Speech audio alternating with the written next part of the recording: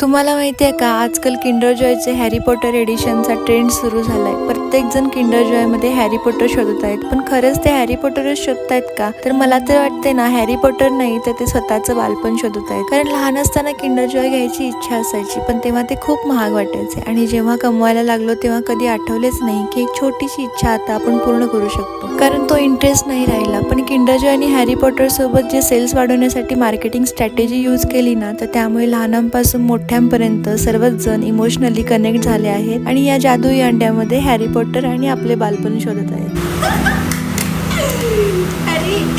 पण आता तुम्ही म्हणाल की हे टॉयज घेऊन काय करायचे, तर किंडर जॉयनी हे टॉयज युजफुल बनवले आहेत. मला आवडले म्हणून मी माझ्या ब्लूटूथ इयरफोनला आणि चार्जरला लावलेला आहे. तुम्ही अजूनपर्यंत घेतलात की नाही किंडर जॉय आणि तुम्हाला हॅरी मिळाला की नाही, मला कॉमेंट करून नक्की सांगा.